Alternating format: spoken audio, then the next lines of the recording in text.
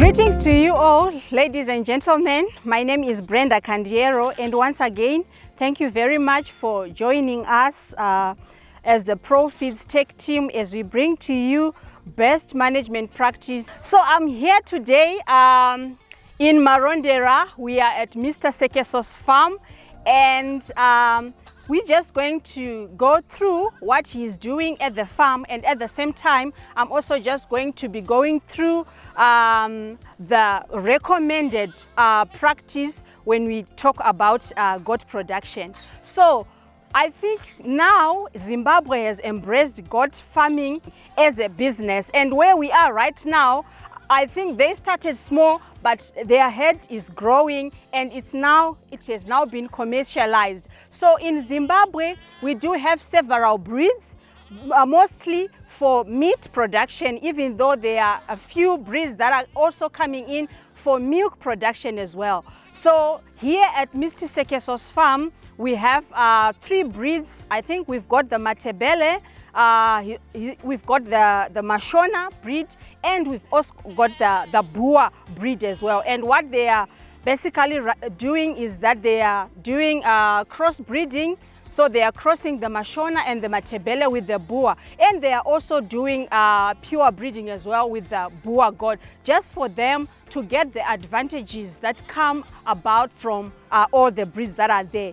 But if we go off here, we do have some other breeds. We've got the Kalahari breed as well present in Zimbabwe. So there are so many breeds that you can find, goat breeds that you can find. So the question is, how do you choose a breed? How do you know which breed to choose? So there are certain things that you look at when you want to go and buy your breeds. So the first thing that you want is you look at your climate, you look at your area, you look at the weather as well. So if you look at our Mashona and Matebele breeds, these are the indigenous breeds that we have here in Zimbabwe that are originally Zimbabwean breeds. These are hardy breeds, and they are resistant. They've acclimatized to our Zimbabwean temperature, right? And then we've got the Bua breed, which is coming from South Africa. Also a very good breed, and it's got a very good growth, as you will see from the size. So it actually grows very big, and when this is now crossed, or when it's mated with our indigenous breed, it means that the crossbreed that we will now get is something that has got the Mashona and Matebele characteristics as well as the Bua characteristics. So why is it necessary to commercialize goat production? So yes, number one is goats are kept for meat. And I'm sure you may agree or you may not agree, but I like goat meat. It tastes better, and also some say that it's got other health benefits as well. So goats can be kept for meat. Goats can also be kept for milk, but also remember that there are certain breeds that can be kept for milk. In some other countries, especially in cooler climates, goats can be kept for leather, goats can be kept for wool. So these are some of the reasons why you can go into commercial. So you can go into commercial just because you want to produce meat, or you may decide to go commercial to produce pure breeds. So you can decide to say, okay, I'm just going to do the Bua goats, and you are actually selling the Bua goats to other farmers who are growing for meat and who are crossbreeding with other. So you can be a breeder as well. And then so when we look at goat production, it is a form of income. So you can actually send kids to school, you can do quite a lot. And also here in Zimbabwe, and I'm sure in other countries as well, goat meat or goats can also be used in traditions, in paying lobola and things like that. So it is actually a very important small ruminant in our community. And when you go commercial, it means you are also creating employment, and you are actually helping others as you give them jobs to help you to look after your goats. Okay, so when it comes to farm construction, or what is it that you need for the goats? So goats need shelter, right? So like you can see here, they've sheds, and the importance of shelter is just to protect these animals from any adverse weather. Let's say maybe it's sunny, it's too hot, or maybe it's raining, it's windy. Shelter will actually shield from all these adverse weather conditions. So we always recommend and encourage that when you are constructing or when you want to build a shed, it's very important that you make use of available materials. So like here we've got wood, you can use bamboo, and then yes, you need bricks so that you can cover to make the shed. And it's very important that the goats have got somewhere where they can go and hide. Let's say they want to rest or they want to sleep during the night, they can go and sleep, and you can have an open space outside. And what is important is the stocking density inside the shed. The recommended stocking density per kid is probably 0.2 to 0.5 square meters per kid up to 3 months. And we do not want these kids to be overstocked. So at least they should have enough room to move around and to express their natural behavior. And then the other thing also that is very important in goat production is hygiene. So just like any other animal, we would recommend that your shelter, your shed, and where the goats are sleeping, it's very clean and it's also very dry. So when you look at the young kids, they also like to, if we are in winter, we recommend that if it's too cold, you have to provide a heat source to them. And also put a bedding, you can use grass, you can use hay, so that you cushion them from the cold weather. Ventilation is also very important. Remember, every other animal will breathe in oxygen, and this is also necessary for goats. So make sure that the shelter that you are building is also allowing clean air to come in. And when I say clean air, I'm talking about oxygen, and it's also allowing bad gases and dust to go out. So ventilation has to be adequate, and also your ventilation must also allow for adequate lighting, right? So they also need to see where they are going, where they are eating, where the feeders are, where the drinkers are. And if the house is all closed up and it's all dark, then it will not be good for their welfare, it will not be good for their side. So you need to make sure that ventilation is there and clean air is also available. And then when we talk of hygiene, you will see that these goats, as they walk on damp and moist places, their hoofs can rot, and this will actually cause infections. Sometimes you get to see a goat limping. It's because an infection has entered through the cracked hoofs, because it will actually be a wound. And when it goes up, it can cause sickness, it can cause leg problems. So it is very important to trim the hoofs and always to have good hygiene when we look at the hooves. Because if you don't do that, then your goats can suffer hoof rot, which is very painful for them.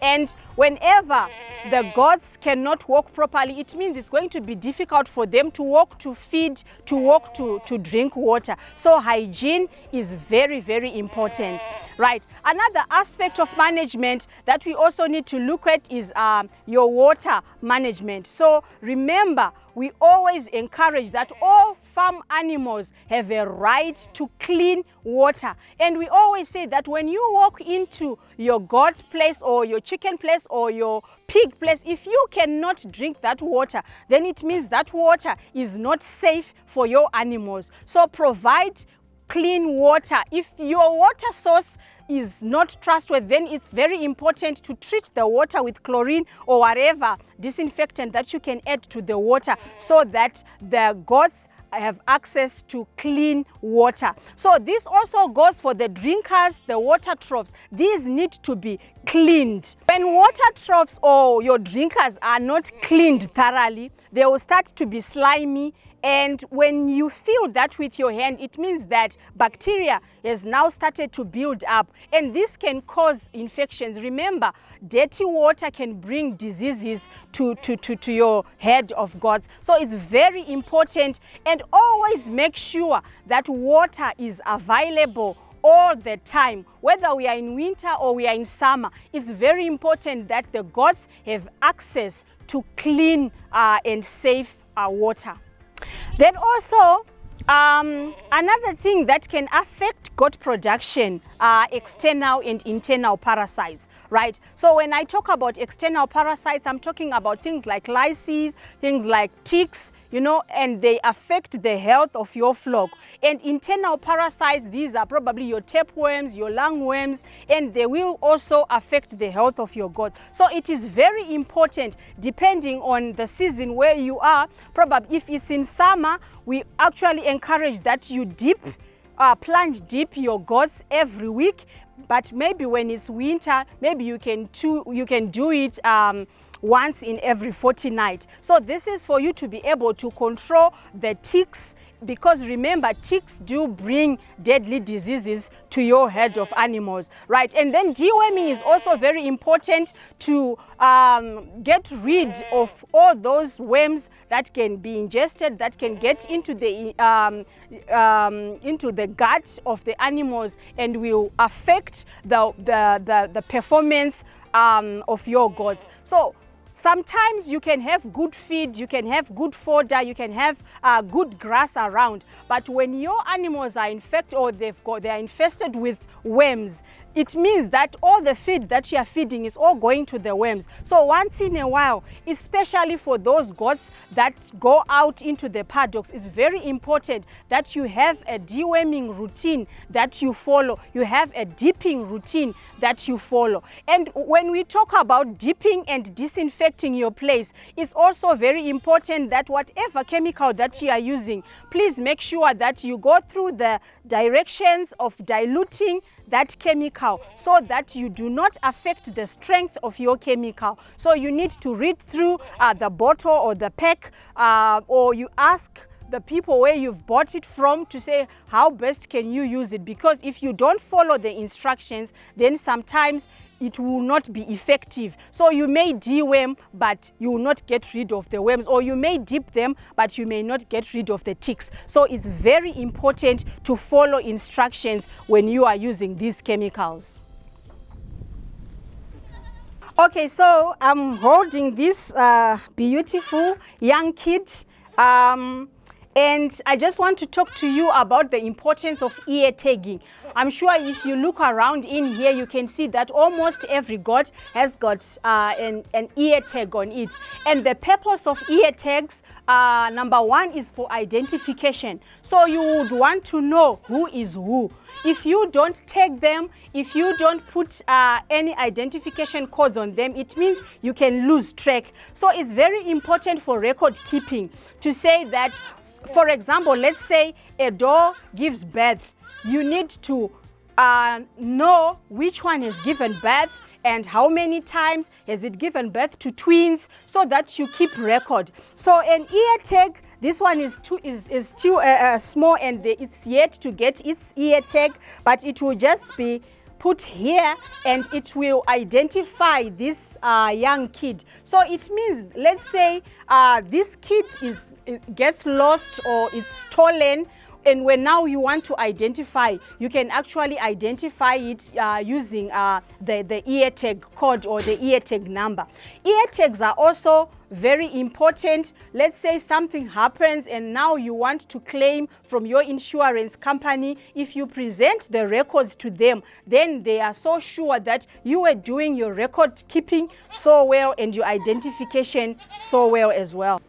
So when is it right for you to start mating your goats, right? So for the doe, usually they reach their maturity around 7 months. They can be still producing up to 7 years, right? And then with the male, they are mature to mate or to meet with the doe from around 8 months, and for 5 years it can still service, right? And then also some people will ask, okay, so how many bucks do I need, right? So depending on the breed, normally we look at 25, one bag can service 25 to 30 doors. So you can work out the ratio. If you've got 60 doors, probably you need 2 or more bags for the bags to be effective, right? What happens if you introduce your doors to the bags immaturely? So signs of immature reproduction include stillbirth, abortions. It also includes babies that are born but they are very weak. So this is the reason why it is very important for you not to rush the mating, but wait until both the doe and the bag are mature enough to mate. And when you do that, you will have a progeny that is very strong. Also, talking about inbreeding, the consequences or the results of inbreeding are also the same sometimes, and it means that when you are continuously doing inbreeding and you are not introducing a bug from another area, at the end of the day it reduces the quality of your goats. So maybe disease resistance can start to lower down, and also by inbreeding it means bad traits can actually be propagated in your herd. So these are the traits that you don't want, and they keep going because you are not introducing new genes. So crossbreeding then becomes very important, right? So let me talk a bit about nutrition, and I'll just cover it for the does and the bugs. Nutrition is very, very paramount. So after the farm management, if you don't give your birds good quality feed, it means they will not do well. You may have the best shelter, you may have everything, the climate is good, but if your nutrition is not balanced, then your goats will not grow well, they will not reproduce very well as well. So when we talk of food, we always recommend that you plant fodder, you plant grasses, and if you've got grass, like in summer, we always encourage for you to bale it, make hay, make silage, so that in times of winter, you have feed available. Remember that goats are browsers, so, which means that they feed on grass, they also feed on tree leaves. So you can give all these, you can supplement with concentrates or with complete feeds. For example, we have goat nuts at Profeeds, and you can supplement these, and you can actually give to your goats. Depending on age, you follow the instructions, whether it's a doe or it's a so feed usually is weight based. So you look at the weight of your goat, and then you know how much to give per day. But inadequate nutrition can actually cause poor performance of the whole herd. So like I said, nutrition is important for all the goats, whether it's a kid or it's a doe or it's a bug. But it is very important for you to note the stage at which your goat is, especially for does. So you need to take special care for pregnant does. You need to take special care for paturation does, as well as dry does, because remember, when you dry it, but you're also preparing it to get pregnant again. So if you don't provide the right nutrition, it means when you mate it, it might not conceive, right? And when we look at the kids, right, it is very important that within the first 24 hours, every kid born must have access to colostrum, right? And colostrum is that yellow first milk that we get from the doe. It is very important to strengthen the immune system of the young kid, right? And then with time, you can start to introduce bit by bit solid food. Solid food is also very important because it helps to develop the small ruminant. It enlarges the stomach so that it will be able to take in other foods. Another important management is weaning. And I think you will agree with me that weaning is stressful sometimes for the mother and for the kid as well. So during weaning, we always encourage that you take the kids away from their mothers, and then you give them nutritious food, and you also maintain the nutrition of the mother as well. So it is very important that during weaning you try by all means to reduce stress. For example, we do not encourage that during weaning you do ear tagging, because these are two things that will stress the young kid and it will affect its growth. So it is very important that when you wean, give nutritious feed. If you do not have enough goat milk on the farm, let's say maybe probably unfortunately the doe has died or something has happened, you can give milk from other goats if you can milk them, or you can give lukewarm cow milk to your young kids just for them to survive. You can also use milk replacers as well, and these are very good for the nutrition of the young kids.